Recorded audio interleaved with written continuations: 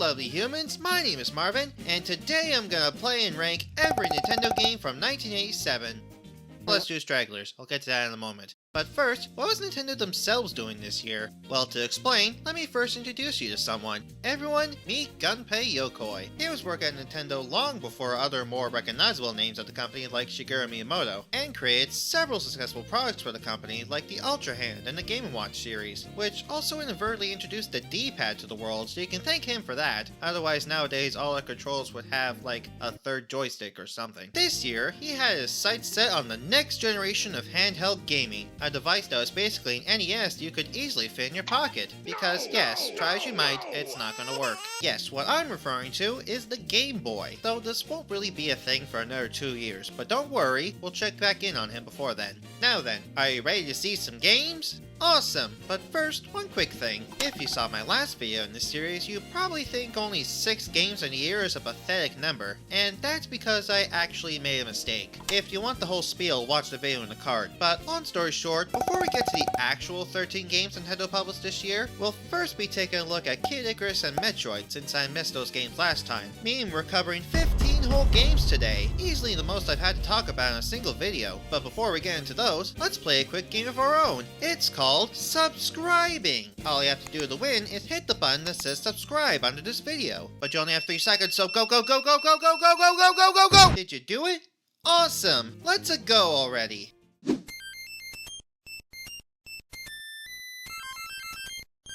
So the first game that I forgot to talk about last time is Kid Icarus, which despite the title has nothing to do with the Greek myth of Icarus, or any Greek myth really. Instead, the plot is about 2 goddesses, Palutena, the goddess of light, and Medusa, goddess of darkness. Though not the hot snake-haired lady, back then she actually looked like this.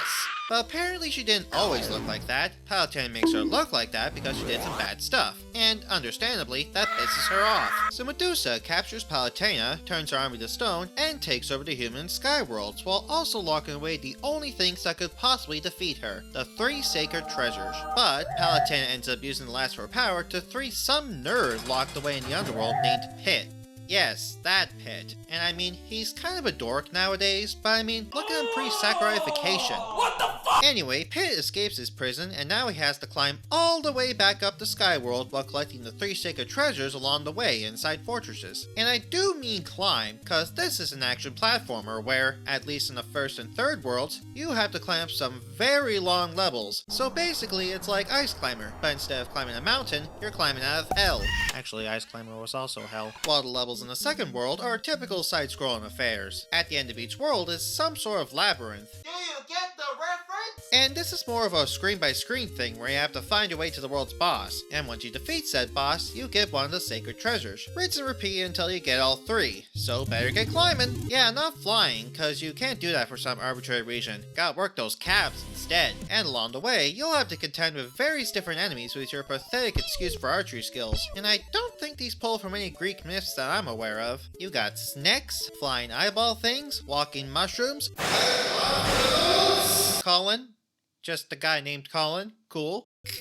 Caveman. And is that the Grim Reaper? Oh, but that's not all. As along the way, you'll encounter various doors that'll lead to various rooms, which could contain enemies, gambling, some sort of endurance test that'll award you with weapon upgrades, like a spinning shield that'll auto-attack anything that touches it. Ooh, lovely. A healing bath that you can dance to, and shops that are way too overpriced. Seriously, this is the first shop in the game. I don't have the money for any of this. Oh yeah, money. See these hearts enemies drop when they die? Those aren't for your health. They're currency that you can use in the shops to buy things like glasses of wine that'll refill a portion of your health, bottles of the stuff that you'll automatically drink when you die to get some health back, though you can only carry 1, and a whole ass barrel to let you carry as many bottles of wine as you want. Jesus, I think Pit needs an intervention or something. There's also shops in the labyrinths with their own unique items, and they're tied to the map you find somewhere within them. The torch will show you where you are on the map, and the pencil, yes, a pencil, will mark rooms you've been in, and apparently they break or something when you're done with the labyrinth because you have to rebuy them in the next one. And I think that's a good segue into why I think this game is an absolute grind. And I mean both in the fact that this game was a slog to get through, and the fact that you literally have to grind like you're in an RPG. And that boils down to the fact that this game is hard. With all the enemies you have to deal with and a measly 3 directions you can shoot in, you'll get hit a lot. And if you die, you have to go all the way back to the start of a level. This would be too much of an issue if these were short like in Super Mario Bros., but these can be up to 5 minutes long, with the labyrinths being even longer due to their size, so they can be a real slog to replay over and over again. It's best to grind out hearts as early as you can so you can buy health items when you find a shop. Oh, and while you do that, don't fall below the screen, cause just like a nice climber, this will instantly kill you. But there is a way to save yourself. Can you guess what it is? It's a consumable item you can buy in the shops. Oh joy! That means if you find yourself falling a lot, you better grind hearts to buy those. Like in the second and third labyrinths, I basically spent an hour in each grinding hearts so I could get items to refill my health and stock out my barrel, and I made sure my hearts were maxed out at 999 as much as possible. Oh yeah, speaking of my health, see this red square when you start the game? That's your health. No, I'm being serious. This is the most pathetic looking health bar I've ever seen in a video game. And while you actually have a half dozen hit points, you will get hit a lot, so you're gonna lose them quickly, especially this early on cause you won't have any upgrades that can make things easier on you. But how do you increase your health, you may be asking? Well, thankfully you don't have to buy an upgrade or anything. Instead, you just need to kill a certain number of enemies in a level, and once that level is over, you get your upgrade. How many enemies do you have to kill? The game doesn't tell you, so you might as well kill them all. Now, despite my frustrations with this game, it's not all bad. It controls decently, the songs are good despite their length, it can be satisfying to solve the labyrinths, the bosses are all unique, especially the final boss because it turns into a sort of shoot 'em up which is pretty cool, and it eventually got us Kid Icarus Uprising, so we gotta give this game that, but honestly I think this is just gonna earn a C rank at best.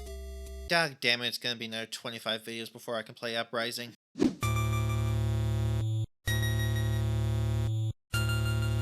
Next up is another first entry in an iconic Nintendo series, Metroid, which, just like Mario and Zelda, has some of the most critically revered games of all time and has gone to influence the whole industry. But unlike Mario and Zelda, it can't sell shit. Actually, speaking of Mario and Zelda, Metroid takes elements from both to flesh itself out, specifically the 2D platforming of the former and the exploration of the latter, while also throwing in the unique twist of being set in space. But before we talk about that, it's plot time. So in the year 25, something terrible has happened. Space pirates have stolen an unknown life form that apparently wiped out all life on the planet it was found on, which is metal as shit.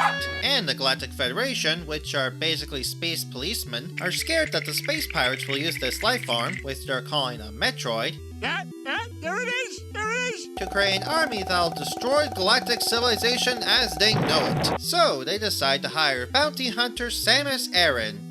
Aaron? They hire Samus Aran Hansen This game sucks! to infiltrate the space pirates base on the planet Zebes and destroy the Metroids. Now, as I alluded to before, this is a 2D platformer with an emphasis on exploration. You can basically think of the game as dozens of vertical and horizontal tunnels that connect together to form several large levels that connect together to form one gigantic map. And it's no cakewalk either, because this is one gigantic labyrinth with all kinds of twists and turns, traps, and secret passages. And all over the place are various power-ups, missiles that deal a lot of damage, energy tanks that'll increase your health, the morph ball that lets you curl up into a hamster ball and drop bombs, the ice beam that'll freeze enemies, the wave beam that shoots through walls, the long beam that lets you shoot further, the high jump boost to let you jump higher, okay, cool, and the screw attack that lets you kill anything that touches you just by jumping. And sometimes you'll find areas that you can't reach while exploring. Well, if you come back to that spot later with the right upgrade, you can reach that now. Red doors that require missiles to open, enemies you have to freeze to make platforms, and this one room that leads to a final area which you can't access until you kill the 2 mini-bosses hidden somewhere in the labyrinth. All of these things, exploring a maze-like world, finding upgrades, and backtracking to use said upgrades to reach new areas, Metroid planted all the seeds that would eventually grow into what would be coined the Metroidvania subgenre, aka half of all indie games ever made. Oh, and the ending. I love the ending of this game for 4 reasons. Firstly, after you defeat the Mother Brain, which is a giant brain, the game is like, Run, bitch! Run! and makes you jump up a ridiculously long shaft with tiny platforms. And don't slip off, cause you only have like a minute to escape before the whole place blows up. And once you manage to escape, you get one of a few different endings. Yeah, the second thing is that this game has more than one ending, but I'll talk about what those endings entail in a sec, cause thirdly, how do you get these different endings? By going fast. The game keeps track of how long you took to beat it, and how fast you are determines which ending you get. Yes, the game encourages speedrunning to get the best ending. I think it's one of the earliest games to do so, and it's a tradition that most of the wider series has enforced ever since. And finally, the fourth reason I love this ending is because it's got a big old twist at the end. In endings 3, 4, and 5, Samus takes off parts of their suit and ends up revealing that they're a gamer's worst nightmare. A woman.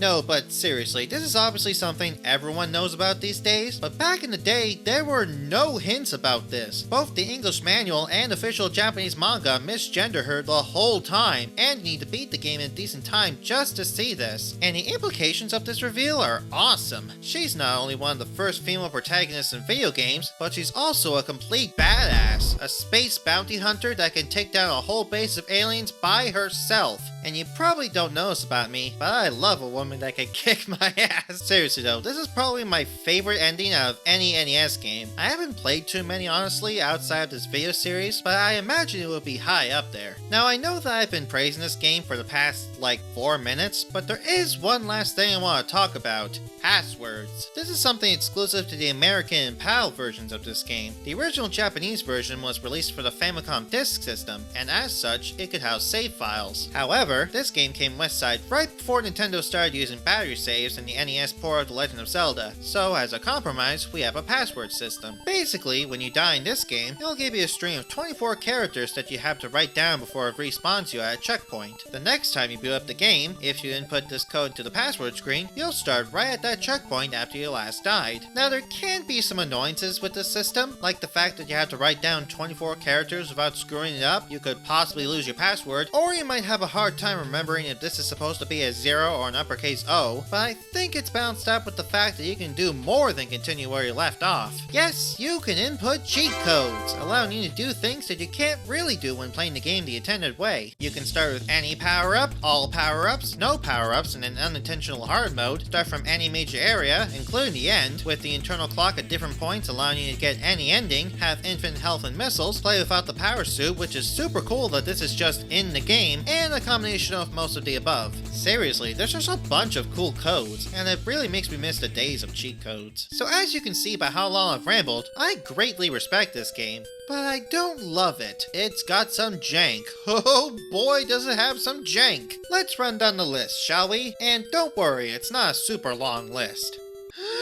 You don't have any in-game map to help you find your way around. Instead, you're encouraged to either buy a strategy guide or something similar, or draw one out yourself, or you could just look it up on the internet nowadays, but it's not like it'll help you all that much find the secrets, which, like Zelda, blend in with everything else. How am I supposed to know to shoot or bomb this specific thing? Like Zelda, some of these secrets are required for game completion. The controls are too floaty sometimes, making me miss jumps frequently. Samus can only shoot in 3 directions, left, right, and up, and she can't crouch because that activates the Morph Ball, so you can't hit short enemies reliably. You can't change beams easily like in other games. Once you pick up the ice or wave beam, you're stuck with it until you can find the other beam somewhere else. The ice beam sucks because it basically takes twice as long to kill anything, and the wave beam can go through walls and kill short enemies, but you don't really need it because you need the ice beam to kill the Metroids in the final area. And finally, this game slows down constantly, like holy shit. These hallways can have a bunch of sprites on screen at once, and when that happens, the game slows down to a chug, especially on the Mother Brain fight, and that actually makes the platforming harder. Jesus.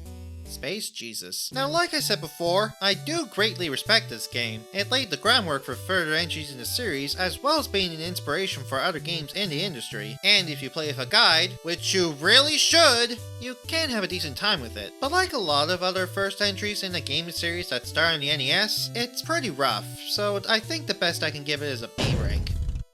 And that's actually every Nintendo game from 1986, with an updated average score of 2.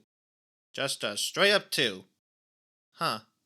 Well, this is definitely a little better than before. Zelda and Metroid definitely help round this out, but also those are basically guide games, so take my rankings with a grain of salt. Overall, I still think this is a bit of a disappointment, but I think I delayed this long enough. It's about time I finally got into the real meat and potatoes of this video, every Nintendo game from 1987. Let's go already.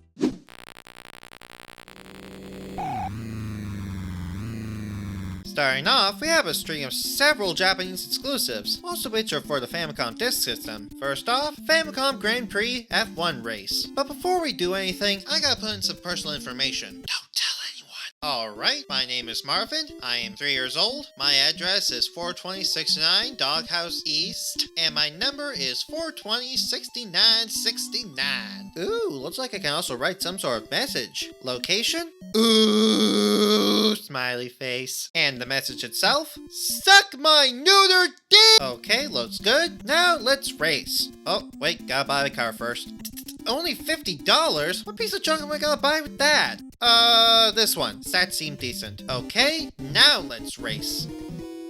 Now, this isn't the first driving game Nintendo's made, and I do say driving, cause in those games you're not really racing in the traditional sense. Their previous driving game, Mach Rider, had you either driving to a goal, preferably without dying, or reaching a certain distance within a time limit. And their first driving game, F1 Race, was more so about being laps within a time limit, also preferably without dying. And then there's a Psych Bike, where you also just have to finish the race within a certain time, though you can't die in that game. Meanwhile, this game is actually about racing in a traditional sense, with other racers being everything. And also, no one dies as far as I'm aware of. As you can see, this spices things up by going from behind the car to overhead. Remind me a lot of the Micro Machine games of all things. So let's go over the controls real quick, cause this confused me until I looked up myself. Holding A does accelerate you forward, but only in first gear. To go into second gear, aka top speed, you then need to switch to holding B. So if you're wondering why you lose terribly at first go, that's why. If you want to go faster, if your car is able to, you can hold up on the D-pad to go into turbo mode. And if you couldn't guess by whatever buttons are left, left makes you turn left and right makes you turn right. Don't turn while you're in turbo though, cause that adds a whole second of delay to your inputs. So that must mean that down is brake or something.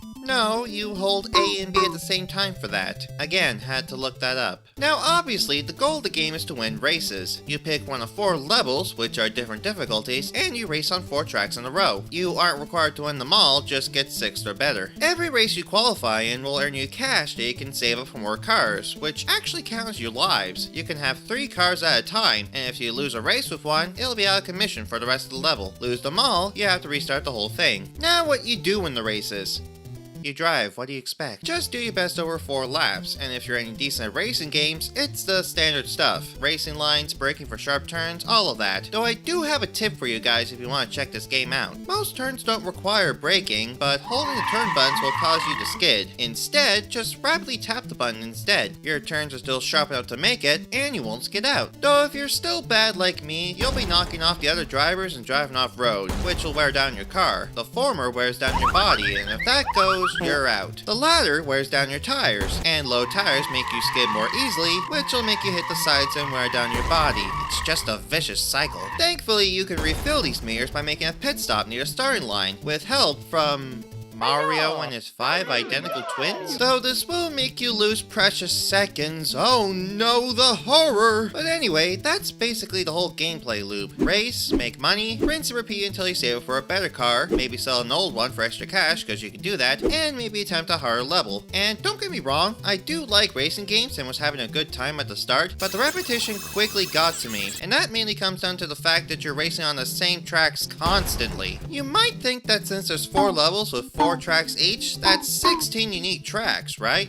Well, no, there's only 10, because the last 2 tracks of level 1 become the first 2 on level 2, and that repeats from level 2 to 3, and 3 to 4, and also, you don't get much money even if you get first place, so you'll need to repeat a level over and over and over and over again, and it just gets monotonous. Also, as you might expect, each level is harder than the last, so the last level is pretty hard, and not so much because of the track design, but because of the other racers. They make it almost impossible to reach the front of the pack. They turn perfectly with perfect racing lines, they never spin out or anything like that, they also have turbo, and they don't need pit stops even though you do. So if you end up in first and get one, whoops, now you're in fourth or something. Good luck! And this is without mentioning that oil spills can randomly spawn on a track that make you spin out, and of course none of the other racers are affected. This is bad enough that even when I had what was presumably the best car in the game, I still lost on the last track of the whole thing. And honestly, I don't feel like trying again because I feel like I've seen everything this game has to offer. Oh, but there is the time trial mode, but if you played any other racing game, you probably know what that entails. So in conclusion, while this is a decent attempt at an actual racing game, there's just too much repetition involved. And I know racing sim enthusiasts deal with this kind of thing all the time, but it's not really my thing, so this is just getting a C rank from me.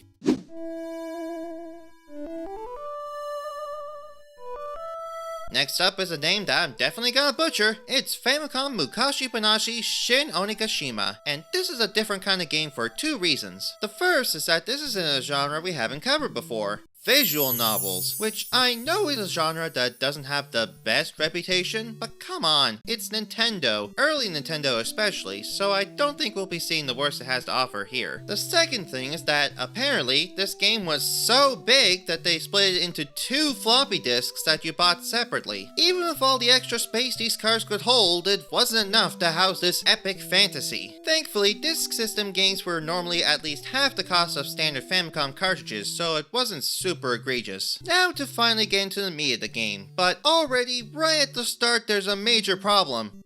I can't read anything. Yeah, obviously this was a Japanese exclusive game, so the whole thing's in Japanese, but I don't know the language, and no English patch exists for this game, which makes it hard to play a game where the entire point is to read. Google Translate will only take me so far, but actually, there may be a solution. Smoopshy Bob. I mentioned him in my first video in this series since he's the only other person I'm aware of that's doing something similar to me, even though he's done it first. And obviously he was going to run into the same problem, but thankfully for him, and for me, he had help. His brother, Suji, ended up creating some code that would take an English translation he cooked up in a separate file and overlay it on top of the Japanese text, effectively giving this game, and a few others, an English patch without actually patching the game. This is honestly really sick, and he's even giving away the code on GitHub. Sweet! Just gotta download it, open the appropriate script in a compatible emulator, make some changes that the instructions tell me to do, and...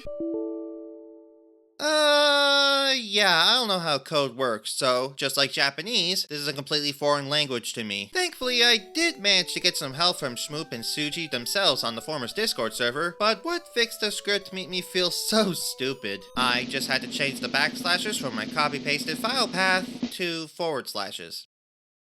Don't ask me for tech support, I will be of no help whatsoever. But seriously, I do want to thank Smoop and Suji for the help. I'll link their channels in the description if you guys want to support them. But now, without further ado, let's jump into the story. Now for context, the Mukashi Banashi part of the title apparently stands for fairy tales, cause this is basically telling a fairy tale. Though it's not exactly based on any pre-existing fairy tale, rather it's inspired by other popular Japanese fairy tales to create something new. And while I won't be going into too much detail about the story, cause that's literally the whole point of a visual novel, I will give a short summary of the first chapter or two. Basically, an old couple living in ancient Japan each have a dream one night that they'll be blessed with 2 children, and what do you know, the next day they happen to stumble upon said children. The old man finds a baby girl in a bamboo stalk, and the old woman finds an instant rice bowl while doing laundry. They cook it later, and out comes a baby boy. Yep, buckle up, buckos, it just gets weirder from here. Now at this point you can name the kids whatever you want, but for the sake of it, let's call them by their default names of Danbei for the boy and Hikari for the girl. Also, if you don't call them these exact names in Japanese, the script just doesn't work when their names show up, so be wary of that. 8 years have gone by, and the kids have grown up, and we get to learn the defining characteristics of Danbei's stupid, Hikari smart. Family ends up learning that a dragon is going across the country and turning people into soul-stealing onus. Wait, what?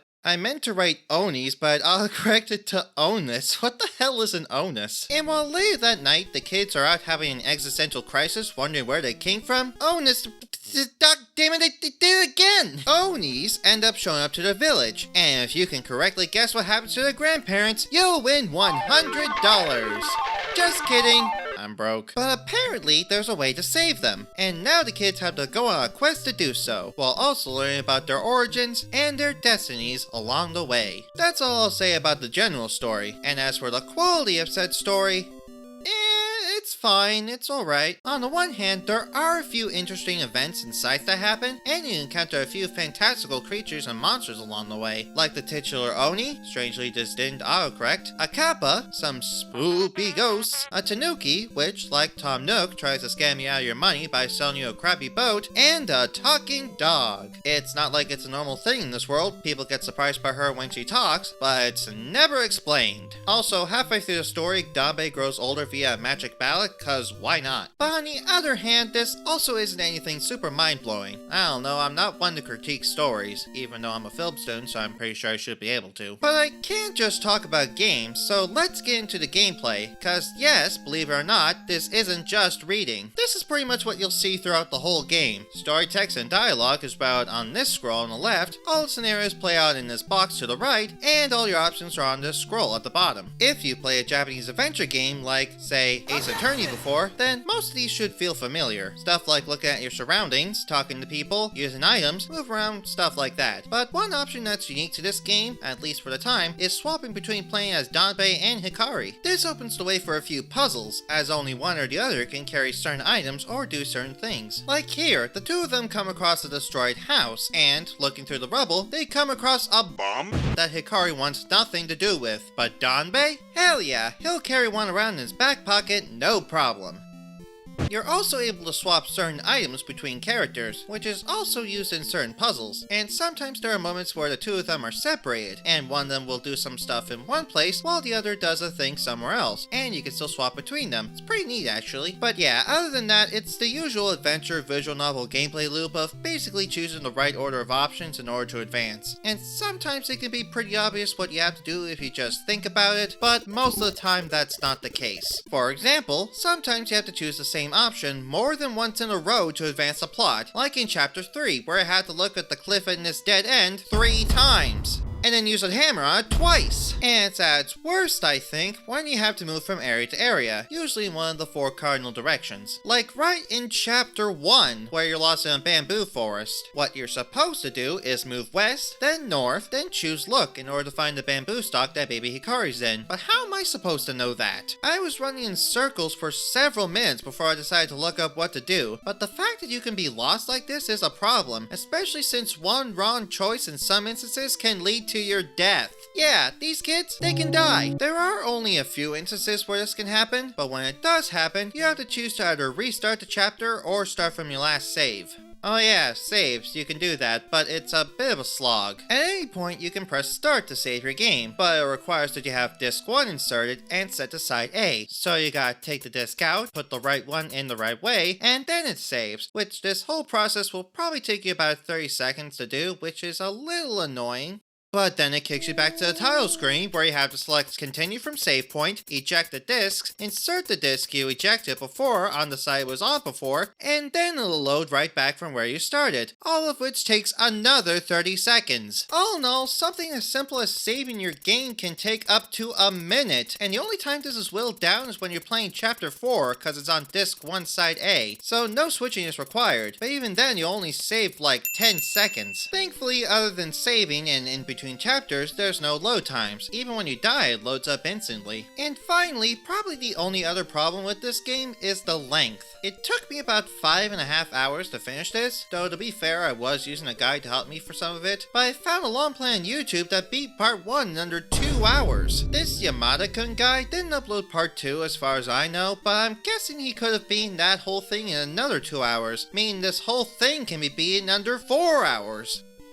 Apparently 2 discs was enough to build a longer fantasy epic. Now I don't really have a problem with short games in general. I mean, Super Mario Bros. Took me 3 hours to beat, with warps. But also something like that is a lot more replayable and memorable. Well, unfortunately, this is only just okay, so I don't think I'm gonna replay this anytime soon. But I do want to give it some credit. The story is decent, if nothing mind-blowing. I like the presentation, and also the 2-character mechanic, but just slightly too obtuse for my liking. So I'm gonna be slightly generous and give it a high C rank. I personally like Zenpen or Part 1 better than Kohen or Part 2. Though surprisingly, this isn't the last time we'll be seeing these two, but that's for a later video.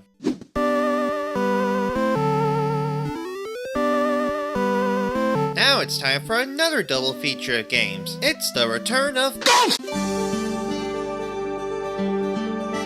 With Famicom Golf Japan course and Famicom Golf US course. And I'm just gonna talk about these games together because other than some very slight differences, they both have the same gameplay loop, which is just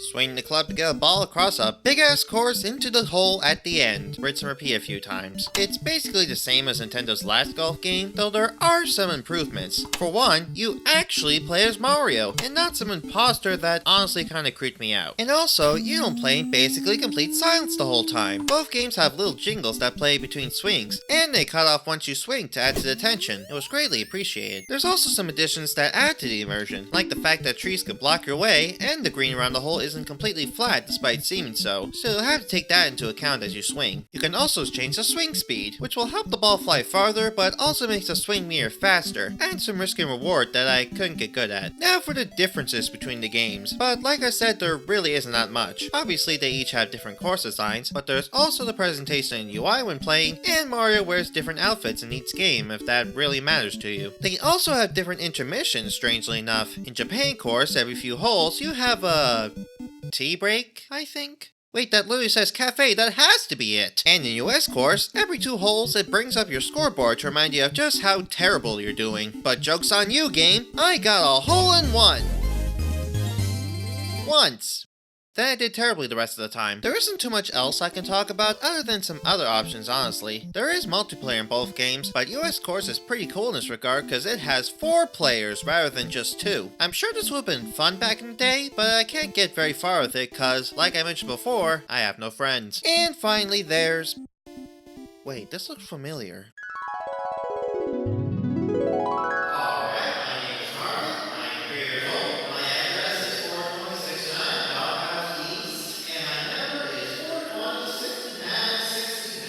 Yeah, this was also in that F1 game. What's up with this? Well, apparently, this is where you can put your personal information to send to Nintendo. Huh?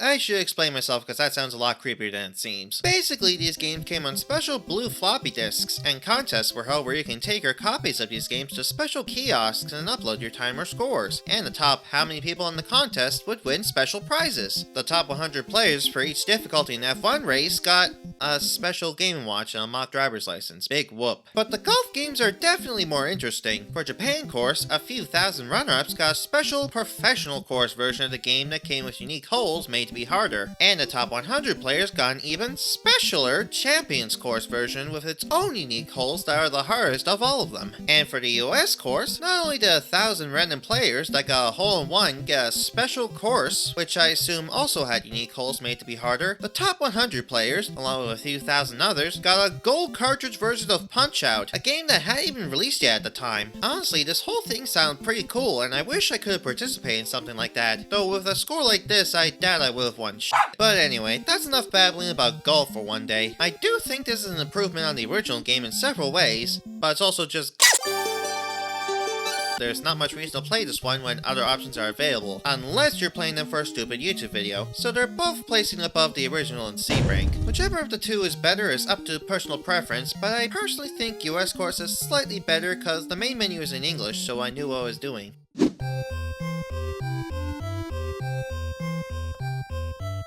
Oh wow, another Japanese exclusive. How riveting. Although this time we're ditching the disc system for a bit to play some Ginga no Sannin. Dog, when I read that title, all I can think of is the Gunga Ginga guy. But clearly there's already a problem. Once again, this game's all in Japanese, with no English patch in sight, and not even any help from Shmoop and his brother. So unfortunately, that means in order to get anywhere in this game, I'll have to use a combination of Google Translate and, thankfully, an English walkthrough on GameFAQs and just kinda stumble my way through the game. So let's get stumbling. The plot of Gunga Ginga no Sannin is a pretty typical sci-fi story. The whole Earth becomes buddy-buddy with each other and explores the cosmos, and everything's all hunky-dory. That's how you know this is fictional. When suddenly, aliens. And now, in order to stop the aliens from destroying / enslaving humanity, we got 2 dudes and robots. One you can name whatever you want, so I went with this string of Japanese characters to spell out Shin, and this other guy named Blue, who definitely got bullied in high school. I'm sure that in a peaceful world there probably wouldn't be any bullies, but I think it would be funny if they made an exception just for him. Also, there's Miho, your suit's AI, which I think is just an in-universe explanation for stuff like the UI, and also a pretty face for you to look at. And hey, this is better than looking at nothing but just menus, and thankfully I don't have to stare at Blue the whole time instead. Now to start, you're presented with a map of our solar system. Just pick one of these things to travel to, and you're presented with the main HUD. Then you press this option to... oh The enemy! what did I do? This! This. How many? I don't know, 1?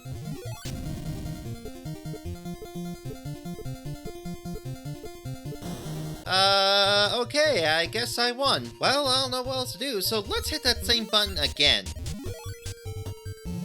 Wait, another one? Hold on. Singular encounters that happen randomly, multiple different types of attacks, stats, and everyone takes their turn to attack? This is just an RPG! Specifically a JRPG, and this seems to be Nintendo's first. Well, kinda, cause actually, this is a port of a Japanese PC game from 2 years earlier called Earthfighter Raiza?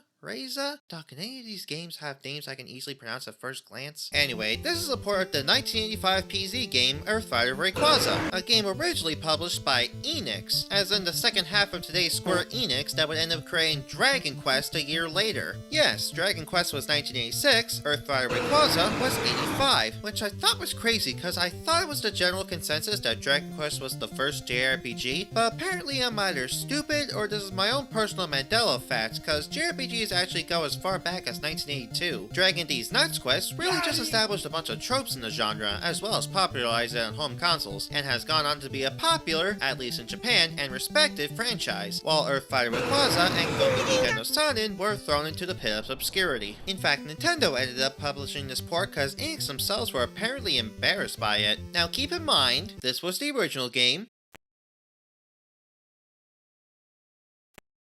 and this was the port. But that's basically the only diss I'm gonna throw at the original, cause I haven't played it, and I'm gonna judge this port by its own merits. So is it really as bad as Enix thought it was? Let's end this tangent and find out. So like I said before, this game starts out with a map of the solar system, and you basically have to fly to each of these points on the map, made with other planets, space stations, and enemy ships, in order to find stuff that'll advance the plot. Each of these points have a distance to get to them, and to get to them, you have to jump. And you only jump so far, which means that you'll be jumping a lot, and the whole time you'll be looking at basically nothing, which gets boring kinda quickly. At least in other JRPGs, they give you a whole world to run around in. But I guess there isn't much you can do about traveling through space. Though sometimes when you jump, you'll get jumped by an alien. Yup, random encounters, baby! And this is where you'll battle, where you only have a few options. You can attack, view stats, run like a puppy, or use an item. If you choose to attack, you basically only have 2 options. Use your gun, which has unlimited ammo, or shoot some missiles, which you only have a limited number of, but can shoot up to 10 at a time! But either way, you shoot the alien. Or should I say aliens, plural, cause I thought these were like the health of different body parts of one alien, but it's actually one alien per health thing, even though it only shows one on screen, but whatever. Now here's something I don't think I've seen any other RPG do before. You don't get to target which enemies to shoot. Instead, the damage from a shot is spread amongst all of them. Basically, if there's a bunch of enemies, they each take less damage, but if there's just one, they take a bunch. Actually, I kinda lied. There are upgrades that kinda allow you to target enemies, but let's save that for later. Anyway, once you and Blue use your turns, it's time for the aliens to have theirs, and they can use it to do a bunch of things. They have different things they can do depending on what type type of alien they are, but here's a rundown. They can shoot one of you, fire missile hits both of you, put you to sleep, disable your gun or missiles, weaken your gun, trap you, slowly drain your health, heal themselves, and request reinforcements. Those last two are especially annoying. But if you manage to win, you'll get rewarded with experience, which if you get enough will increase your health, a chance of getting some spare missiles or energy, which are health refills that you use from your inventory, and this game's currency, which isn't like any fictional currency you might be thinking of. No, this is uranium, as in the stuff used in nuclear reactors and Bombs?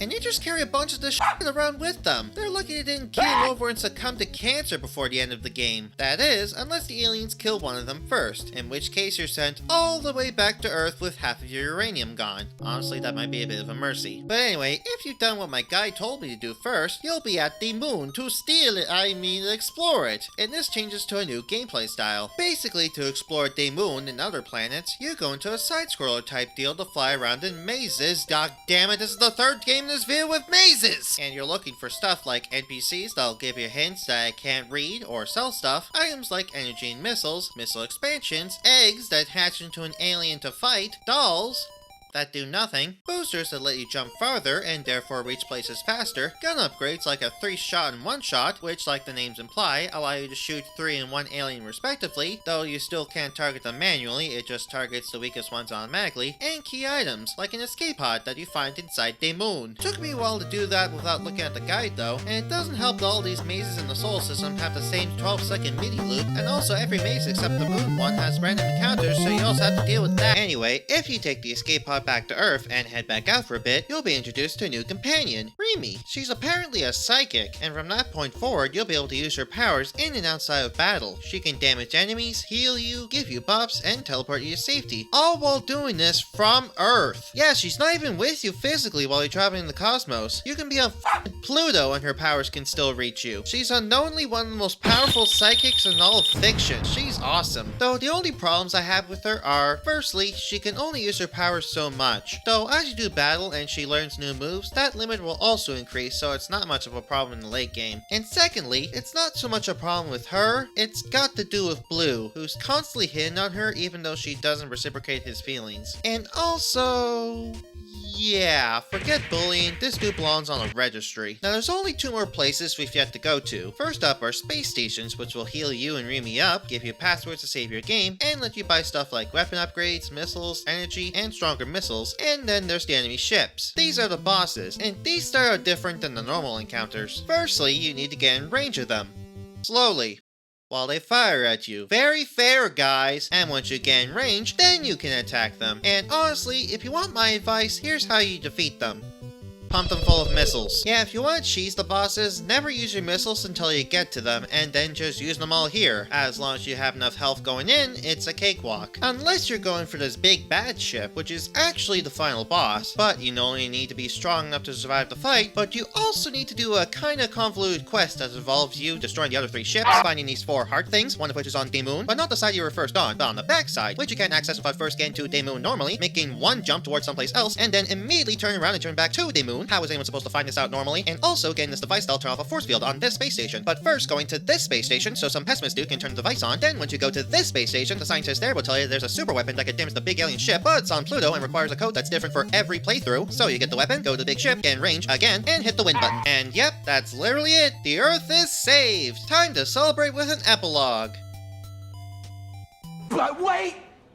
There's more! Yeah, I lied, that isn't the end. In actuality, a wormhole opened up after you destroyed that big ship, and you gotta go through it to bring the fight to the aliens. And on the other side of the wormhole is another solar system, with more planets to explore, more bosses to fight, and more space jumping. Yippee! And guess what? There's another solar system after you fight the big ship in this one. Which not only means that it surprised me that Rimi can still reach us with her psychic powers all the way out here, even managing to save us from a black hole at one point. Good dog, she actually is a dog. But that, of course, also means that there's more game to play. So much, in fact, that for the first time in this series, I couldn't finish it. Yeah, I actually ended up reaching my self-enforced 10-hour limit on this one. Curse you, arbitrary limitations! So I guess it is is fitting that it happened with a JRPG of all things, and also fitting that I talked about one for so long. Good dog. But yeah, as far as early JRPGs go, this one was pretty decent. Now granted, again, this was an early JRPG, so it is kind of basic. There are some boring parts like how much jumping you're doing, there isn't too much variety in gameplay, and I can't really enjoy the story because I can't read it, but I'm gonna cut out some slack because again,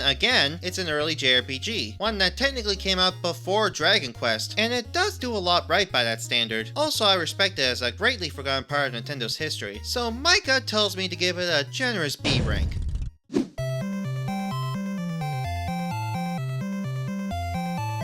Okay, one more Japanese exclusive and then we get a break. This is Nakayama Miho no Tokimeki High School. Now before we start, as you can see, this game has an English translation. Finally! And that'll be helpful because this is another game that requires a lot of reading, though it's not a visual novel like Shin Onigashima. I mean, it kinda is, but it also isn't. This is, once again, Nintendo doing something you wouldn't expect, a dating sim. And if you think visual novels have a kinda sour reputation, dating sims are basically toxic waste in comparison. Which has a double meaning because it could refer to actual toxic waste, but also toxic waste is the name of a sour candy. I hope you know I try with these jokes. Also, this dating sim is kinda unique as far as I can tell. I'm not gonna bother to do research on this, because it allows you to quote-unquote date an actual human woman. Yeah, Miho Nakayama, she was real. She was actually a really big Japanese idol at the time, and this was the first dating sim to do something like this. But now it's time to see if it holds up to that kind of... Wait, hold on. This is the same personal information form as the other disk system games. Did this game also have a contest?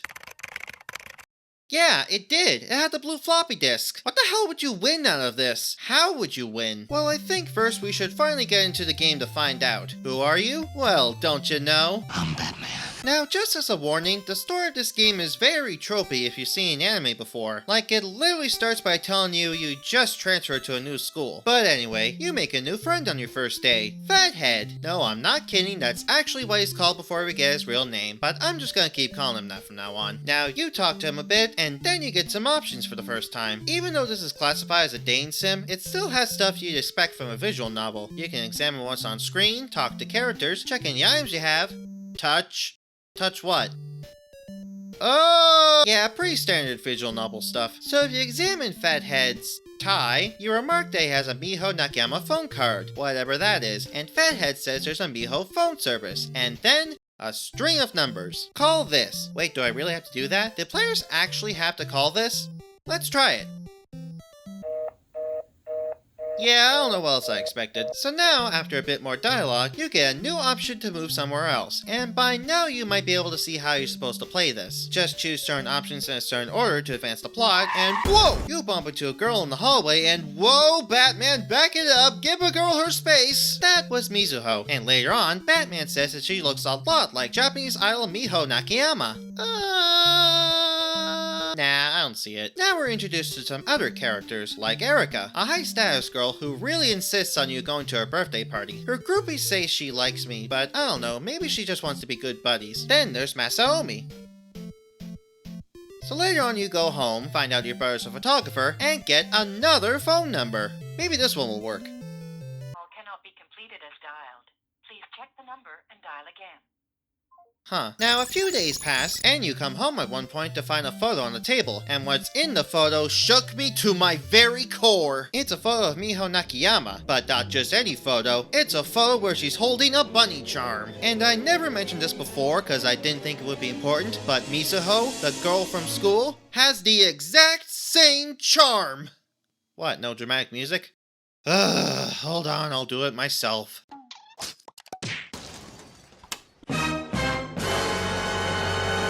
And now that I've revealed the epic twist, I think you can see how the rest of the story will play out. So now let's talk about what I like about this game. The concept behind the story ain't too bad. It is kinda neat that Nintendo teamed up with an actual celebrity to star in their game. And to be fair, as far as 8-bit graphics go, she is pretty cute, so they did nail that. Okay, now let's get into the negatives. I feel like this game might have been a bit too ambitious for the tech. For one, it's short as hell. You can beat this in an hour if you know what you're doing. I guess it should have been telling when Shin Onigashima could be beat in 4 hours under the same conditions, and that was split into 2 floppies. I can't wait to get past the disc system because I don't want to have to keep saying floppies. Now again, I normally wouldn't mind a short game as long as I got some enjoyment out of it and it was pretty replayable, but since it's a heavily story-based romance game and the story isn't amazing, which I'll get to, I see no reason to go back to this after experiencing it once. But that's also because of all the waiting. There are seriously so many loading screens, and also a lot of switching disc sides. Loading screens also exist in the other disc system games, but the only reason I bring them up here is because of how frequently they happen. Shin Onigashima didn't have this problem. Why is this game? They also seriously interrupt the pacing of the story, which I guess I'll briefly talk about since it's a big focus of this game. And while, again, I don't think I'm all that good at critiquing stories, yeah, this one ain't that good. The length of the game definitely hurts it, as it leaves pretty much all of the characters underdeveloped and one-dimensional, as well as have a few that do basically nothing, like Masaomi. It was a joke that I had nothing to say about him, but that's just because he has no presence in this story. Like, if you removed his pompous ass, literally nothing about the plot would change. And also, the short length doesn't allow the romance to have any room to breathe. Now, then again, this game was obviously aimed at Miho Nakayama fans, so obviously they would already have an attachment to this fictional version of her. And not to be rude to her, especially since she recently passed away, but I don't know who this woman is, so why should I get attached? And like I said before, this story is very tropey, with stuff you'll find in all kinds of anime, like a perfect main character who gets with a hot girl that likes him, a yandere type girl that tries to force you to be her boyfriend, even kidnapping and sedating you, and a peek on half-naked girls scene, which happens in a randomized classroom for some reason. Why are you doing this here? Yeah, suffice to say, this screenplay ain't winning any awards. And now from my final critiques, let's talk about some more gameplay stuff. Despite not having too many options on what you can do, it can actually be pretty difficult to figure out what you need to do to advance the plot in certain scenes. There are moments where I had to choose certain options in a certain order that really didn't seem obvious, like one scene at the end of the game where you're in a cafe and you're waiting for Miho to show. What you have to do to make her show up in the first place is go into your items, choose the sweater that Miho nodded at you, order a drink the coffee, then order and drink it 2 more times, and then Miho shows up. Like, how the hell am I supposed to know that? Also, in order to advance the plot, you also have to make Miho happy, and there's very specific choices you have to make for that to happen. There's scenes like this where you're right up close to her, and you're given some dialogue options to choose from. But not only that, but some choices also make you choose a facial expression when you select it. And if you don't choose the right dialogue and make the right facial expression, you screwed up, get a game over, and have to sit through a loading screen before going back to a checkpoint. It's just so strict, and you're basically given way too many options will have very specific string of them allow you to advance. And also, you're normally not hinted toward what the right options are, except for one time when you go on a date with Miho around the middle of the game and you get some options of where to take her. If you choose anything other than the movie theater, she'll say, on the phone, didn't we agree to go see a movie? But we never talked about that on a phone call in-game, so where could this be coming from? But then it hit me. The phone numbers given throughout the game. They're actually important. I thought they were just some fun Easter eggs or something, but no. They give hints to the game, which also makes this some terrible game design because these numbers were only available for a limited time, and if no one bothered to preserve these messages, then you'd be missing a lot of the context on them. Now, thankfully, these messages are preserved in text form. I found them in a GameFAQs walkthrough by Odino, and if we pop the message from the phone number before this scene into Google Translate, yep, she wants us to go see a movie. It's a good thing I noticed this kind of thing before I got too frustrated, but you know what this message doesn't say anything about? What movie she wants to watch, which is the second batch of dialogue choices you're given. And if you mess either one of these up, you fail, though it takes a whole minute before you reach the game over screen and can try again. Why? Now, there are some other problems I want to get into, but I've been rambling about this game for quite some time now. Though before I give my final thoughts, there is one more thing to talk about, the context associated with the game. Now, basically, there are 2 endings you can get that only matter at the last minute, so it's like Mass Effect 3's endings, but lamer somehow. And 8,000 players that got the normal ending would get an autographed foam card by Nakayama. Okay, pretty neat actually. But that's just the normal ending prize. For getting the best ending, 8,000 other players would get a special VHS tape. Do I really want to know what's on it? Just to satiate my morbid curiosity. A few inches later. Okay, so it's really not as bad as I expected it to be. It's basically a 15-minute behind-the-scenes documentary kind of thing, showing Nakayama's day-to-day life around the time of the game's release. At least I assume that's what this is, cause I don't speak a lick of Japanese, and YouTube's auto-translate was no help. And I mean, it's kinda cute. I'm sure her fans would have gotten something out of this, but again, I have no attachment to her, so I'm not gonna say much else. Now, finally, my final verdict. Yeah, I didn't like this one too much. I appreciate their ambition, but the story is pretty generic for the genre. The romance has no room to grow, the characters are flatter than the sprites representing them, the abundance of loading breaks any pacing the game might have had, and it's way too easy to mess up your choices and generally get stuck. So because of all that, this is sadly getting the D rank.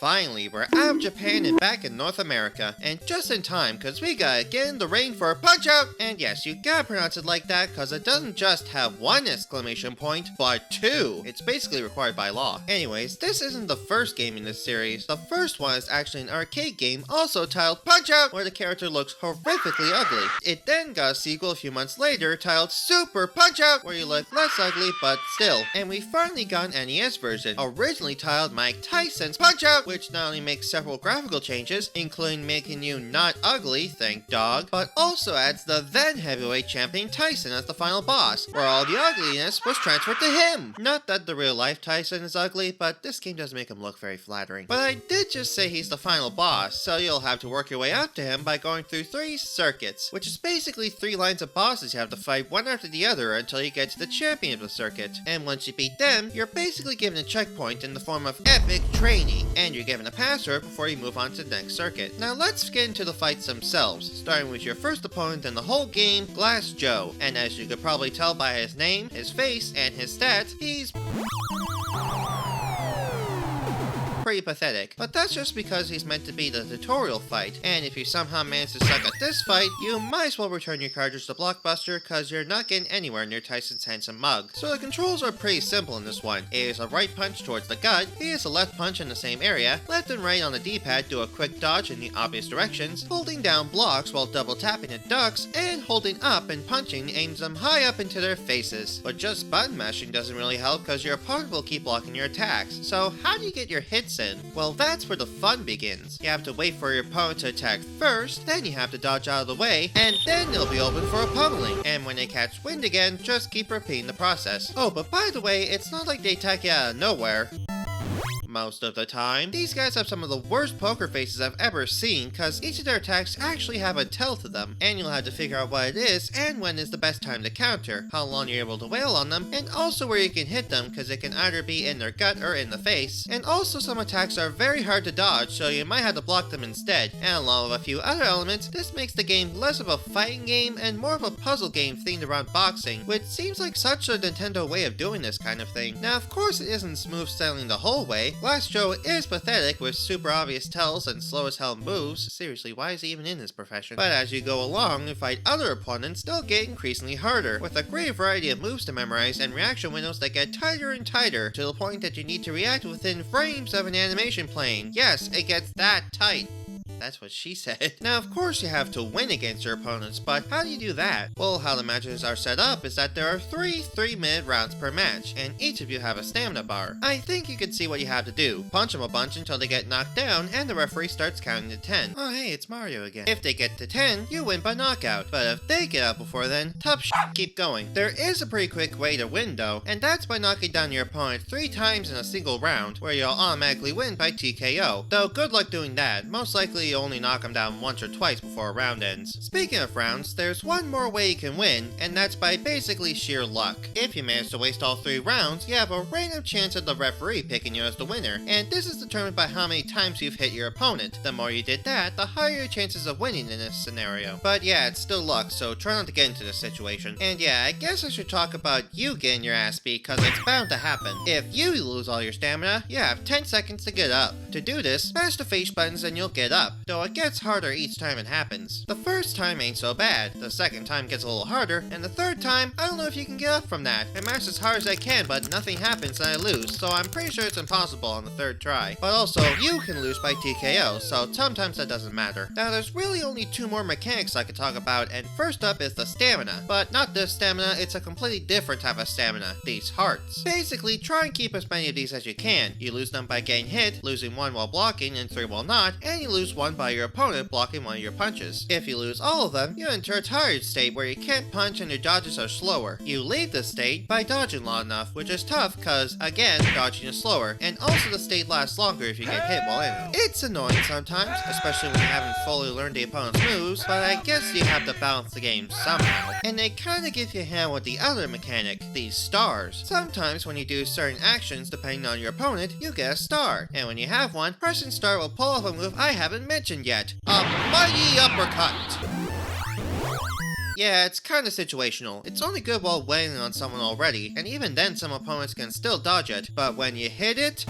Oh, and also you can lose a star if you're hit, so get good. And you know what? I'm personally glad I got good, because this was a fun challenge for the most part. Sure, it can be tough early on, but the repetition helps in building your reflexes, and eventually I got into a zone. And when I eventually got to Tyson, it was satisfying as hell to dodge his lightning fast attacks. It was a rush. But I did say it was fun for the most part. Now I will admit, some of this is definitely a skill issue, but with some opponents I found it hard to know what to do against certain attacks. In between rounds, your trainer, Doc Lewis, can give you a hint on what to do, and early on these were actually a great help, but as you go on, I feel like they get slightly cryptic and generally unhelpful. Dodge his punch and counter punch. I've been doing that the whole game. How's this help in this specific fight? Again, that may just be a skill issue and me just being illiterate or something, but it doesn't help when I could just look up strategies online instead. And it especially sucks when you're stuck on certain opponents and you lose constantly, cause I haven't mentioned that you also have lives basically. Lose one life, you get a chance at a rematch. Lose 2 on the same opponent and you're knocked down a rank, meaning you have to refight an opponent you already beat just to get back to where you were. And lose your last one and it's game over. Enter your last password to start the circuit over and refight all the opponents you've beaten before. It can help you sharpen your skills against said opponents, and the fights are usually only 5 minutes each, but it's still annoying, especially when you're stuck on one guy and you don't have enough practice to get the moves down. Thank Doc this isn't an issue with fighting Tyson cause you get a unique password before fighting him, but that doesn't make this fight any easier. To give you a hint as to how hard he is, the first half of the first round, you have less than half a second to react to attacks that knock you down in one hit. So don't think of looking up the password and finding them right away cause it won't go well. And now it's time for the final criticism that everyone throws at this game, or rather the series as a whole, the characters. Other than Tyson, who is real and therefore can hurt you, all your other opponents are fictional and based on different nationalities from around the world. And you can probably guess what that means. Cultural stereotypes. And this isn't a one-off thing either. Every game in the series has this problem, and it's so bad that the Punch-Out Wiki has a whole page dedicated to these. So let's go down the list and summarize the ones from this game. Glass Joe is French, so he's a coward. Von Kaiser's German, so his theme is pulled from Ride of the Valkyries.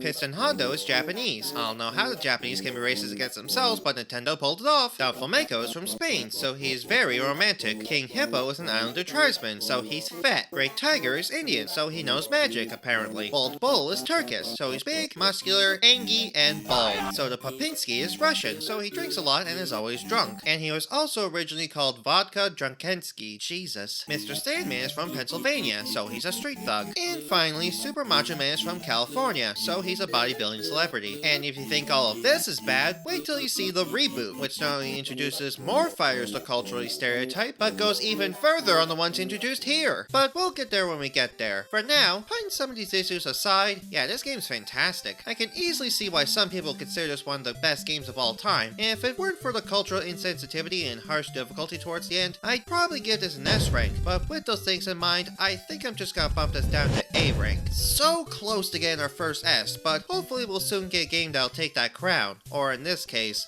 belt.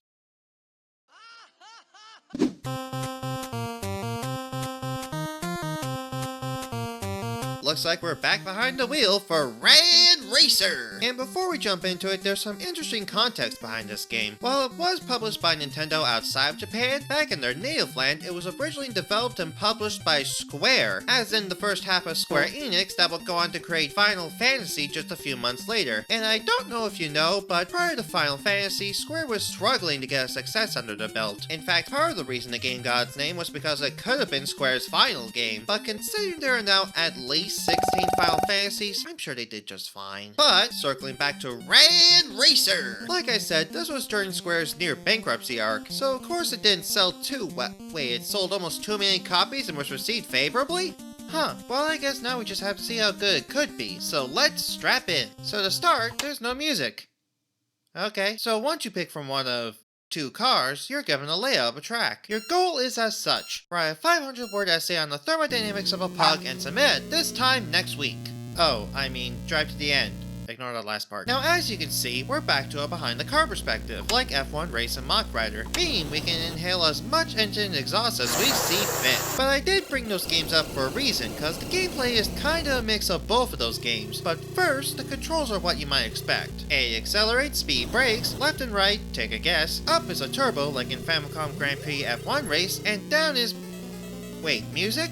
Music! There is music! I'm guessing they wanted to be realistic by having no music be the default and pressing down acts like you're switching radio stations. Well, if these were radio stations in real life, they'd suck. There's only 3 of them and they each play a single song on loop. It's like if you could only choose from one of 3 Spotify playlists and they each only had one Taylor Swift song apiece that looped indefinitely. Now speaking of loops, let's get on with the gameplay one. Simply put, you drive. And no, I'm not reusing the Ryan Gosling meme again because it was dated when I first used it and it's even more dated now. But yeah, it's like Mach Rider, like I said before, in that you have to drive to an angle while dodging other cars and without slamming into obstacles on the side of the road. But unlike Mach Rider, you won't burst into pieces if you hit anything, thankfully, but you will get different reactions depending on how hard you ram into other cars. Hitting them lightly only slows you down a bit and knocks you backwards slightly. Hitting a car slightly harder will make you swerve to the left or right, and really ramming into a car will make you go whoop! Oh, and hitting a side obstacle will have the same overblown reaction. It's not game over though, as your car will slowly slide into the middle of the road and you'll be fine to keep going. What will net a game over is the timer. Like F1 Race, and of course I'm referring to the first F1 Race, not the disc system F1 Race, thanks for making things easy for me, Nintendo. A timer is constantly ticking down, and when you run out of time, you'll slow to a stop, and then it's game over. But there are checkpoints that'll reset the timer, meaning you can keep going. And like F1 Race, it's satisfying as all hell to cross a checkpoint or the finish line when you have 0 time left. Oh, nice. But of course, you'll need to go fast to reach the checkpoints in time, so there's the turbo. Holding up while accelerating will allow you to speed off at up to 255 kilometers an hour. Now that's not as ridiculous as 400 kilometers an hour, but I'm sure it'll make any Americans playing this just as confused.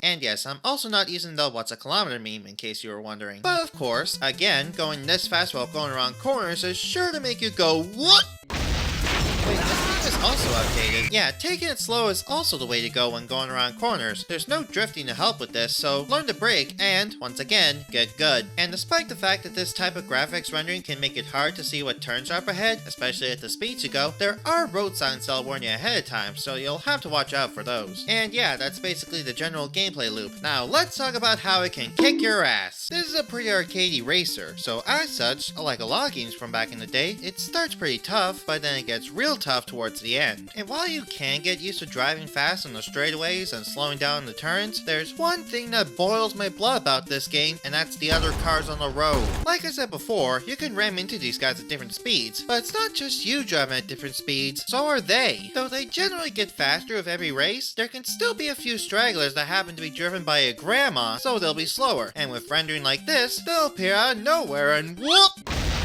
Okay, I'm gonna stop using that meme now. But there's also the racers that drive at a consistent speed. If you figure out the right speed to go around corners, you'll pretty much always be able to drive past them, but they can change lanes. So you'll think you're going past them, but nope, they'll switch to your lane and you get bumped off course and...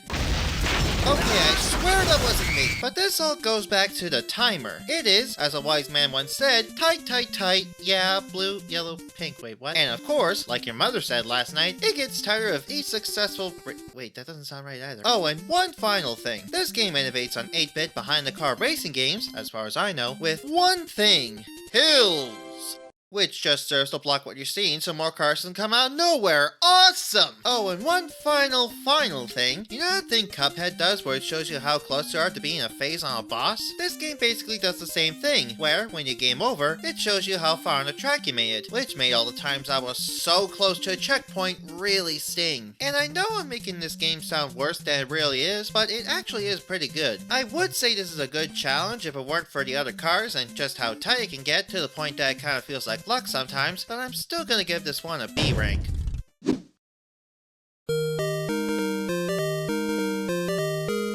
Insert game-related intro here. Slalom. Slalom. Okay, now we have another interesting developer here, cause this is the first game published by Nintendo to be made by Rare. Yes, Donkey Kong Country, Banjo-Kazooie, GoldenEye, grabbed by the ghoul that Rare, and this is also their first game under this name, so I'm looking forward to seeing how this fares. Now, if, like me, you had no idea what slalom meant up until now, Merriam-Webster describes it as a timed race, out on skis or in an automobile or kayak, over a winding or zigzag course past a series of flags or markers. So basically this is a skiing racing game. Choose from one of 3 mountains that represent different difficulties and you'll be given, in order, 8 routes to race down. And with each one, you have a limited amount of time to get to the end, so you better go! Now the controls are simple. Left and right are obvious, down slows you down, up speeds you up while also giving a front row seat to that ass, and both A and B make you jump. You go so high in fact, that I'm pretty sure you'll be suspended under suspicion of using steroids. Now you actually accelerate automatically cause, you know, you're going down a mountain, but holding up will make you go faster, at the cost of turn control becoming super awkward to use, and will most likely make you run into any of the obstacles in your way. These include flags that are basically the whole point of slalom. You have to pass them on the side the flag is facing, failing to do that slows you down a tad, and there's clumps of snow, which if you hit them head on, leads to you doing a sick jump, but you can't control yourself in midair, so be mindful of that. Then there's also other skiers that'll get in your way, trees, snowmen, and children sledding. Why is all this here? I thought these things would be removed from the course, or at the very least they would have designed the courses around these. Well anyway, if you hit just about anything other than the snow piles, you'll instantly go whoop!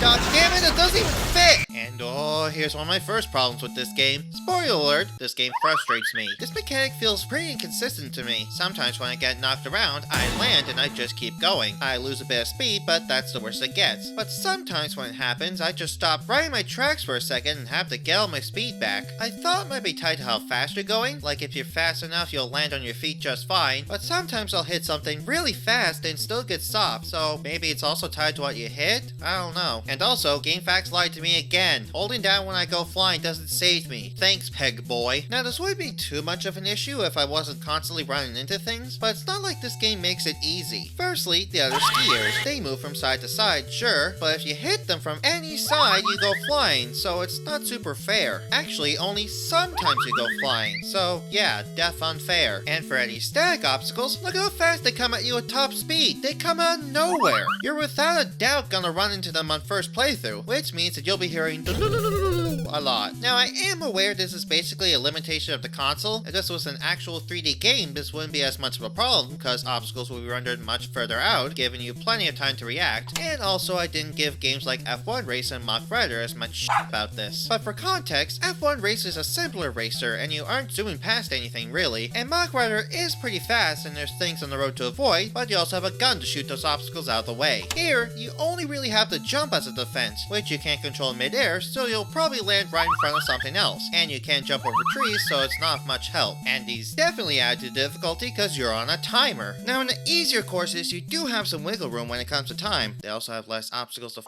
you over, so there's that. But relatively quickly, the times get tighter and tighter, and this game does that thing again where you just slow to a stop when you run out of time. But if you still cross the finish line, you'll qualify for the next course. Later on, I was basically just doing this to advance. That's how tight it was getting. Like, let me put it this way. The first mountain progresses from easy courses to intermediate ones, the second mountain progresses from intermediate to hard, and the third mountain starts so hard that I'd probably need hours worth of attempts to get past the first course. Yes, I'm serious. And I didn't feel like bothering to do that. I'd hate to see how the last course overall is. And just to make it sting all the more, if you lose on any course, no second chances, game over, start the mountain over. Now, Rad Racer also does this, but you have to start the whole game over. But there's a continue cheat so you can keep going from where you left off. Not here though, f***er! Now, to be fair, it's not like you're starting all 24 courses over. You can choose to start on any mountain, but still, I think I've seen everything this game has to offer, so I'm gonna stop. And while this game frustrated me, I don't think it's atrocious or anything, but I'm just gonna move on and give this a C rank.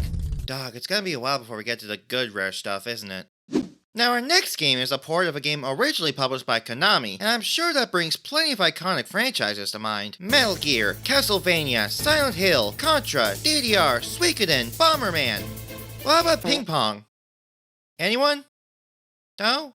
Well, that's what Smash Ping Pong is, unless you thought this was cheese rolling or something. So as Ping Pong is also known as table tennis, this is set up basically the same as, well, tennis. Choose a mode, choose the speed of the ball, and play. It is slightly different in a few ways. For one, these games won't take you upwards of an hour and a half, thank dog. And the winner isn't decided in the same way. Scoring gets you a point, and in Game A from the title screen, you have to get 11 points to win a round, while Game B has you get 21, and whoever wins 2 rounds out of 3 wins. I won't go much further into the rules of this game cause literally it's just ping pong. You can easily Google it. Now the controls are pretty different from what I remember of tennis. Your hand moves automatically so you only have to worry about hitting the ball, which from what I can assume from playing, right in the D-pad does a light swing, left does a stronger swing, and up does some kind of special thing that only really works when your opponent does a kind of overhead curve shot. I'm not sure how to describe it, but you'll know when it happens cause the game makes a sound when they hit the ball, and both A and B switch which direction your paddle is facing, which I guess influences where your ball goes. Your timing when hitting the ball also influences it quite a lot. And finally, when you're serving, B is instead reserved for a serve input, and that is quite literally all there is to this game. Same complaint I have with all these early sports games. Like, I know I'm not at all a sports guy, but I try to give these games a fair chance. But when there's only one option to play a game, and it's just something I could easily recreate in real life, I don't see much of a point. Now you would think I can't give my usual recommendation of, you have other options for games of this sport, just play those, cause you'd think there aren't any good ping pong games out there, if there are any to begin with. Well, you'd be wrong! 11 table tennis. It's as close as you can get to playing the real sport without actually playing it, so if you really like table tennis and own a VR headset, play that. Now I want to be crystal clear about this. Smash Ping Pong isn't a bad game, but it's getting a C rank. Also, did anyone else notice the monkey in the audience of this game? I only just noticed him while reviewing the footage. What sort of monkey business does he have here?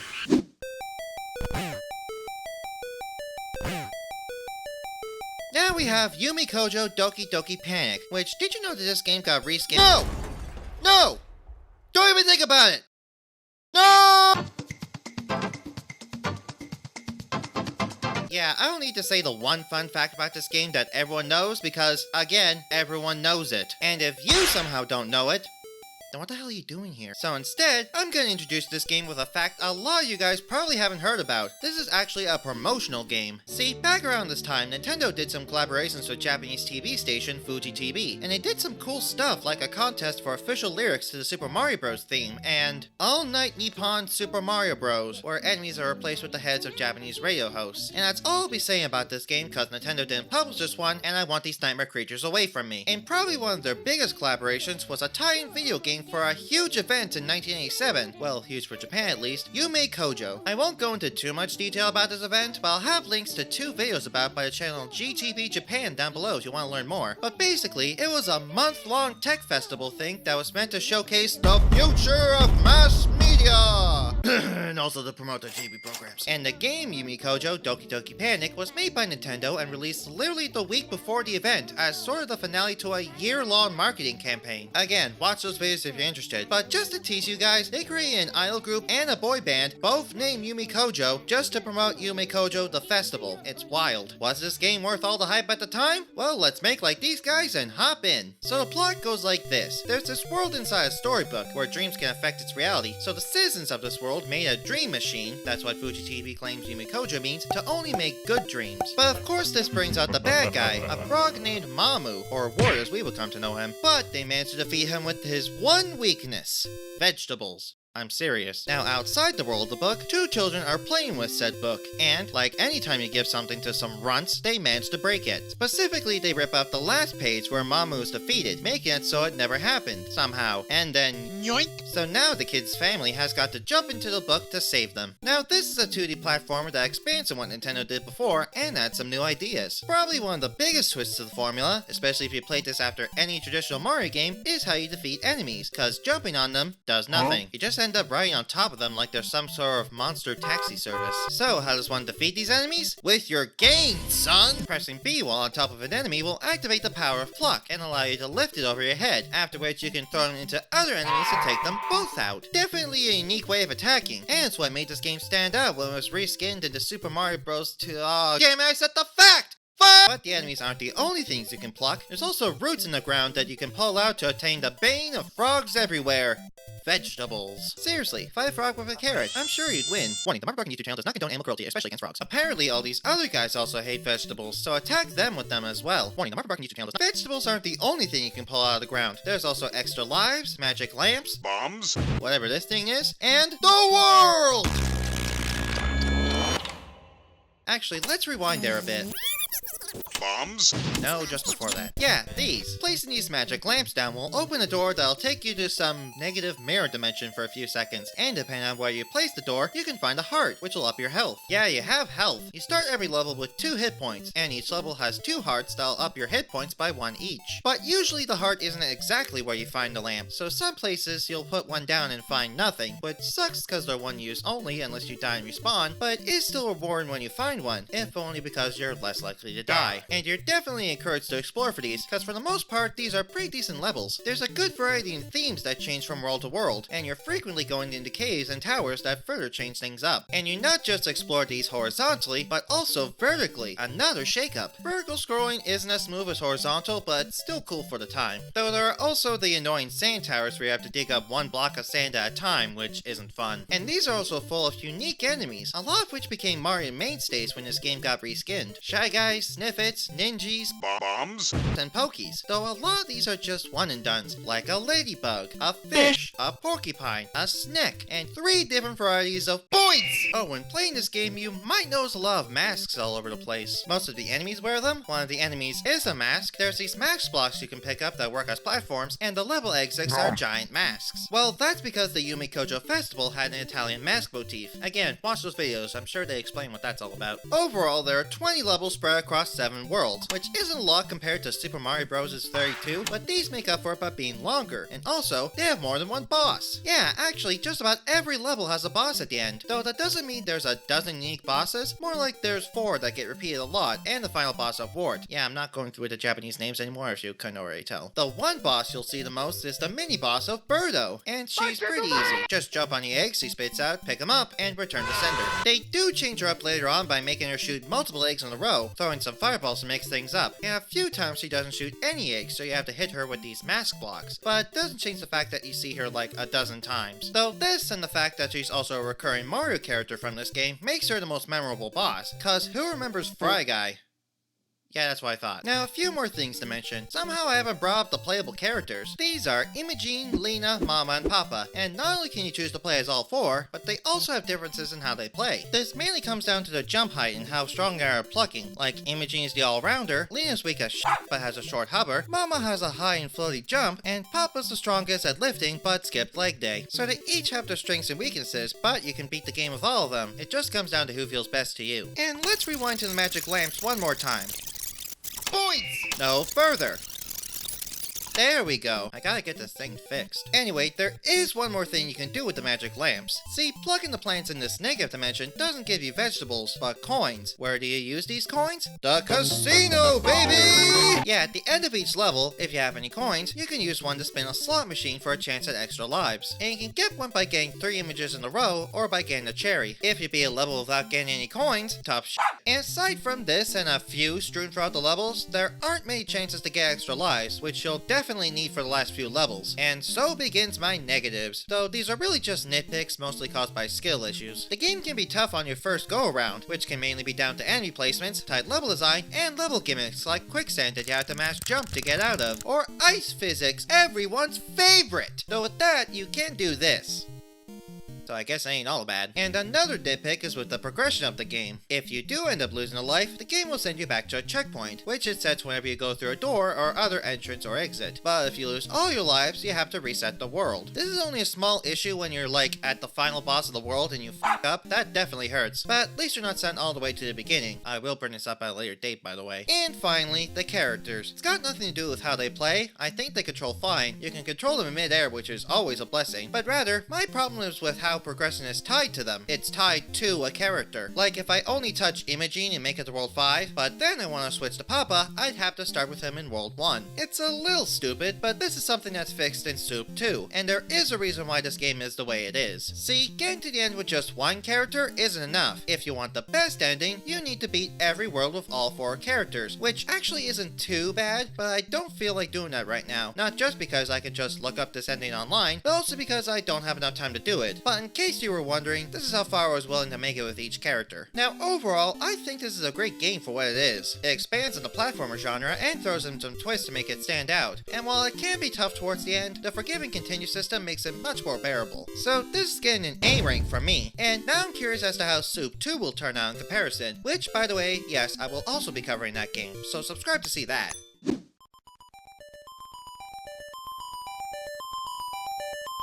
Finally, the final game. I mean, have you seen how long this video's been? Thankfully, we're ending with a familiar face. Zelda 2, The Adventure of Link. Now, before I played this, I thought I heard that this was the most divisive game in the series, but let's jump in and find out. So, real quick, the story. This takes place a few years after the first Zelda, and starts off with Zelda herself deciding to pull an indefinite Eevee. In order to wake her up, Link has to go to 6 different temples, put a crystal into a shrine inside each of them, and then go to one final temple to find the secret last piece of the mystical Triforce, the Triforce of Courage. Yeah, in the first game there were only 2 parts to the Triforce. Weird oversight. But Link must be careful, cause monsters be after him, and they want to use him as a sacrifice to revive the evil pigman Ganon. And I'm gonna get ahead of myself a tad and say that won't be a problem for them! So as you probably just saw, this is the most dramatically different game in this series, as most of it is an action side-scroller as opposed to a top-down adventure game like what came before and after. It's like they heard the complaints that Super Mario Bros. 2, the Japanese one, was way too similar to its predecessor and decided to go in the complete opposite direction with Zelda. I have no idea why, but we never see this gameplay style again, and good riddance! Jeez, getting ahead of myself again, gotta stop. So as you might expect, all Link can do at the start of the game is jump and slash his sword, with a sword beam if his health was full. He can eventually learn spells which drain a magic meter that can be refilled with potions found during action scenes. That's what the side-scrolling bits are called. And he can also learn an upward and downward thrust, good for attacking things above and below you, and the latter of which is fun for its possible combos. One last thing you might notice are these numbers. These are actually for an RPG leveling system, another thing that this series never did again for some reason. Killing monsters gives you points, and when you reach the point threshold, you'll level up, increasing either your health, magic, or damage, after which the threshold increases and your points reset. Your points also reset every time you get a game over. Oh no, my rage is building up, gotta calm down! Let's talk about the combat quickly. Link can do quick stabbing motions either at chest height or when crouched, which allows him to hit smaller enemies or normal sized ones right in the shins. He also has a shield that automatically blocks most projectiles as long as it hits said shield, as well as all his spells, which will drain his magic meter. Wait, I said that already. He has all kinds of spells, like shield, which makes him take less damage, jump, which lets him jump higher, life, which restores his health, fairy, which I thought spawned a fairy to also restore his health, but no, it turns him into one, fire, which turns him into a wizard, motherfucker, fireball, reflect, which reflects projectiles, even ones you normally can't block, spell. Yes, a spell named Spell. And it's only used once. Awesome. And Thunder, a screen nuke that you only need to use once. Awesome. Of course, these are some awesome tools you can use with magic, but apparently Nintendo decided to make it so they wear off when you switch areas. Why? There were so many times I ran out of magic because I wanted to use some to restore my health or protect myself. I would rather this was just a timer instead, dog. I hate this game! That's pretty much everything you need to know about the combat and action scenes in general, other than the fact you fight things. So let's talk about exploration. Cause yes, you still do that in this game. Anytime you're not in an action scene, aka like 80% of this game, you're walking around the map of Hyrule, and this place still has some secrets and stuff you can do. After a few seconds of walking, some monsters will spawn, and walking into one will spawn you in an action scene of some kind of arena where you fight monsters, or you just walk to the edge of the arena to leave. And these are different kinds of monsters depending on where you encounter them, and whether you run into the slime looking ones, ones or the Yeti-looking one. Or you can spawn in a place with no enemies. Sick. There's also various towns littered about, where you can go into strangers' homes and they do something to restore your health and magic. Sometimes you can go into their basement and meet an old man in the back where he, quote-unquote, teaches you spells. Wait, what's with the double entendre? That's exactly what he does. The fact you were thinking of something else makes me sick. Sometimes you also find knights in the basement that teach you your, quote-unquote, thrusts. And I do mean the double entendre there. But other than that, there isn't much else to do here. You can talk to the other NPCs, but they never say anything too helpful other than vague hints. And one of them straight up gives you an error message. Back in the overworld, there are also various caves you can go into, some of which have useful items like potions, items to increase your magic and health, and point bags that give you points. But usually the caves connect different parts of Hyrule together, and they're usually filled with enemies. Oh! Second to last, some tiles have secret action scenes hidden in them that you, of course, activate by walking over them, which can also have some of the goodies I mentioned before, but can also contain these Link dolls that give you extra lives, and these are also filled with enemies, and sometimes you have to walk through these action scenes to make progress. Okay, can I start this game yet? No? I still have to talk about the temples? Ugh. Yeah, the temples are one of the last things you can encounter in the overworld, and you may recognize the song from these.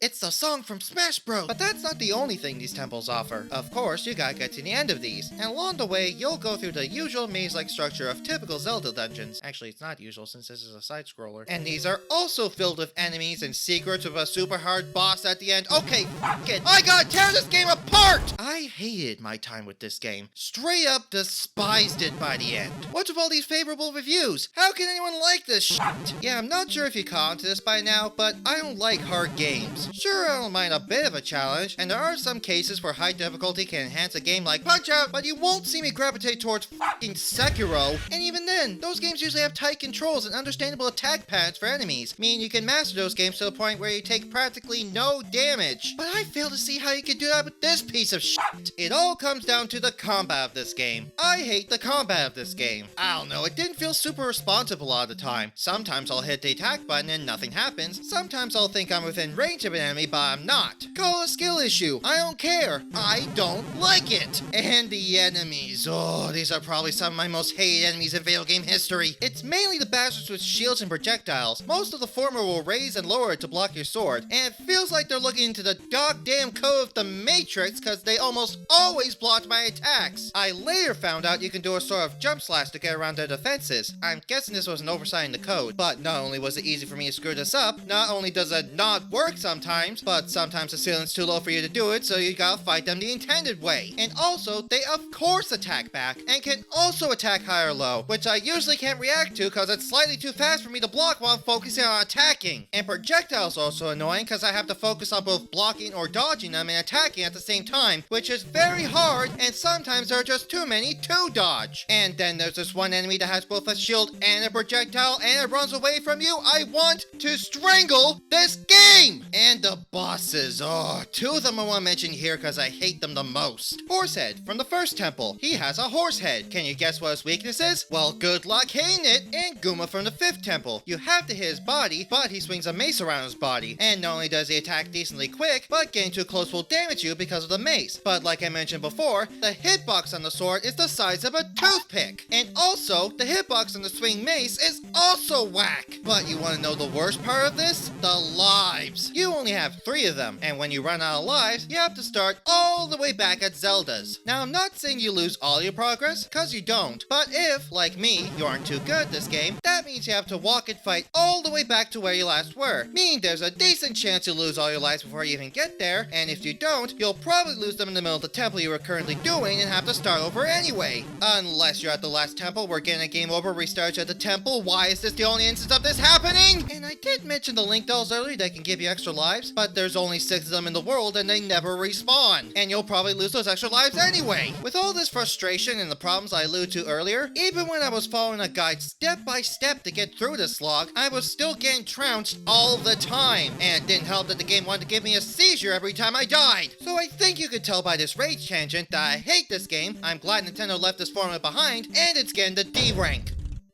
Okay, gotta calm down for the end.